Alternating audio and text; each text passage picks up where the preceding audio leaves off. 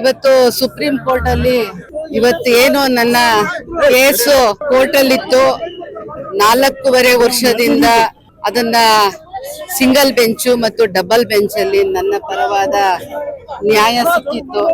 ಅದನ್ನ ಪ್ರಶ್ನಿಸಿ ಪ್ರಾಣೇಶ್ ಅವರು ಸುಪ್ರೀಂ ಕೋರ್ಟಿಗೆ ಹೋಗಿದ್ರು.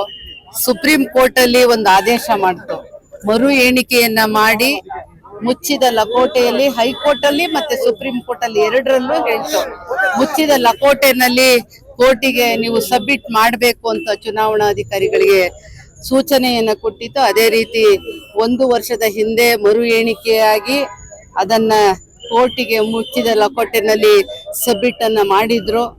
ಇವತ್ತು ಏನು ಆರ್ಡರ್ ಇಸ್ ರಿಸರ್ವ್ ಅಂತ ಹೇಳಿ 4 ತಿಂಗಳಾಯ್ತು.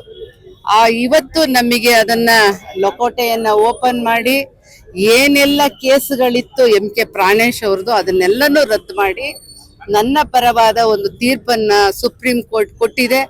ನಾನು ಅವರಿಗೆ ಅಭಿನಂದನೆಗಳನ್ನ ತಿಳಿಸ್ತಾ ಇದ್ದೀನಿ, ಕೃತಜ್ಞತೆಯನ್ನ ತಿಳಿಸ್ತಾ ಇದ್ದೀನಿ. ಇವತ್ತು ನಮ್ಮ ಕಾರ್ಯಕರ್ತರಿಗೆ ಸಂದಂತ ಜಯ ಅಂತ ಹೇಳಕ್ಕೆ ನಾನು ಇಷ್ಟವನ್ನ ಪಡ್ತೀನಿ.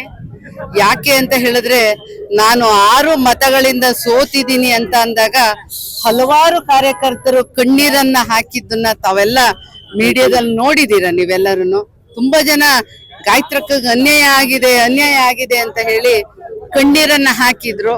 ಇವತ್ತು ಅವರಿಗೆ ನನಗೇನು ಜನಸೇವೆಯನ್ನ ಮಾಡ್ಲಿಕ್ಕೆ ಒಂದು ಅವಕಾಶವನ್ನ ಕೊಟ್ಟಿದೆ.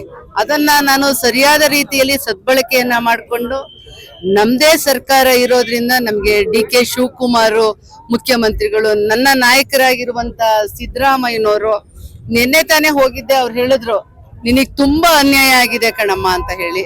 ಅದರಿಂದ ಪರಮೇಶ್ವರ್ ಅವರು, ಹಾಗೆ ನನಗೆ AICC ಅಧ್ಯಕ್ಷ ಆಗಿರುವಂತ ಮಲ್ಲಿಕಾರ್ಜುನ್ ಖರ್ಗೆ ಅವರು, ನನಗೆ ರಾಹುಲ್ ಗಾಂಧಿ ಇರ್ಬೋದು, ಸೋನಿಯಾ ಗಾಂಧಿ ಇರ್ಬೋದು, ಹರಿಪ್ರಸಾದ್ ಅವರು ಇವತ್ತು ನಮ್ಮ KPCC ಅಧ್ಯಕ್ಷರಾಗಿದ್ದಾರೆ.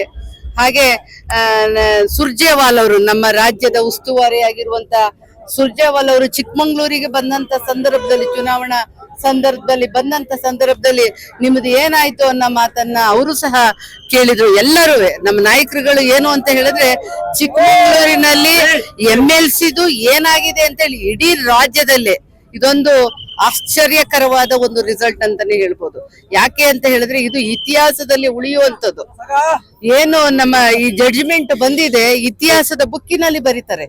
ಅದು ಇವತ್ತು ಈ ಚಿಕ್ಕಮಂಗ್ಳೂರು ಜಿಲ್ಲೆಯಿಂದ ನನ್ನ ಹೆಸರನ್ನ ಇಡೀ ರೆಕಾರ್ಡ್ ಅಲ್ಲಿ, ಇಡೀ ಚಿಕ್ಕಮಂಗ್ಳೂರು ಕಾಂಗ್ರೆಸ್ ಐ ಪಕ್ಷದ ಒಬ್ಬ ಗಾಯತ್ರಿ ಶಾಂತೇಗೌಡ MLC ಆಗಿ ಆಯ್ಕೆ ಆಗಿದ್ದಾರೆ. ಸೊ ಕೋರ್ಟ್ ಅಲ್ಲಿ ಈ ರೀತಿ ಹೋರಾಟವನ್ನ ಮಾಡಿದ್ರು, ಇಂತ ರಿಸಲ್ಟ್ ಬಂದಿದೆ ಅಂದ್ರೆ ಪುಸ್ತಕದಲ್ಲಿ ಬರೆಯುವಂತದ್ದು ಆಗ್ತದೆ. ನಾನು ಈ ಒಂದು ಚಿಕ್ಕಮಂಗ್ಳೂರು ಋಣನ ನಾನು ಯಾವತ್ತೂ ತೀರ್ಸಕ್ಕೆ ಸಾಧ್ಯ ಇಲ್ಲ.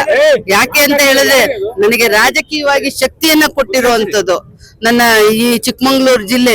ನನಗೆ ರಾಜಕೀಯವಾಗಿ ನನ್ನ ಕಾರ್ಯಕರ್ತರು, ನನ್ನ ನಾಯಕರುಗಳು ನನ್ನ ಒಂದು ಶ್ರೇಯಾಭಿವೃದ್ಧಿಗೆ ಬಹಳಷ್ಟು ಶ್ರಮವನ್ನ ಹಾಕಿದಂತರು. ನನಗೆ ಚುನಾವಣಾ ಸಂದರ್ಭದಲ್ಲಿ ಏನು ಚುನಾವಣೆಯನ್ನ ಎದುರಿಸಿದ್ರು ಅವರೆಲ್ಲರೂ ಸಹ ನನಗೆ ಇವತ್ತು ಏನು ಒಳ್ಳೇದಾಗಬೇಕು ಅಂತ ಪ್ರತಿಯೊಬ್ರು ಏನ್ ಕೇಳಿದ್ರು, ನನಗೆ ಗಾಯತ್ರಿ ಶಾಂತೇಗೌಡರು ಒಳ್ಳೇದಾಗ್ಬೇಕಪ್ಪ, ಏನು ಅಕ್ಕೊಂದ್ ಹಿಂಗಾಯ್ತು, ಈ ತರ ಆಯ್ತು, ಕೋರ್ಟಲ್ಲೇ ನ್ಯಾಯ ಬರುತ್ತೋ ಇಲ್ವೋ ಅಂತ ಇದ್ರು. ನಾನು ಹೇಳಿದೆ, ಬರುತ್ತೆ ನ್ಯಾಯ, ಒಂದಿಲ್ಲ ಅಂದ್ರೆ ಒಂದ್ ದಿವಸ ಬರುತ್ತೆ ಅಂತ ಹೇಳಿದ್ರು. ಇವತ್ತು ನನಗೆ 1.5 ವರ್ಷ ಅವಧಿ ಸಿಕ್ಕಿದೆ. ಅವಧಿ ಸಿಕ್ಕಿದಂತ ಕಾಲದಲ್ಲಿ ನಾನೇನು ಜನಸೇವೆಯನ್ನ ಮಾಡ್ಬೇಕು ಅದನ್ನ ಮಾಡ್ತೀನಿ ಅಂತ ಈ ಸಂದರ್ಭದಲ್ಲಿ ಹೇಳಲಿಕ್ಕೆ ಇಚ್ಛೆ.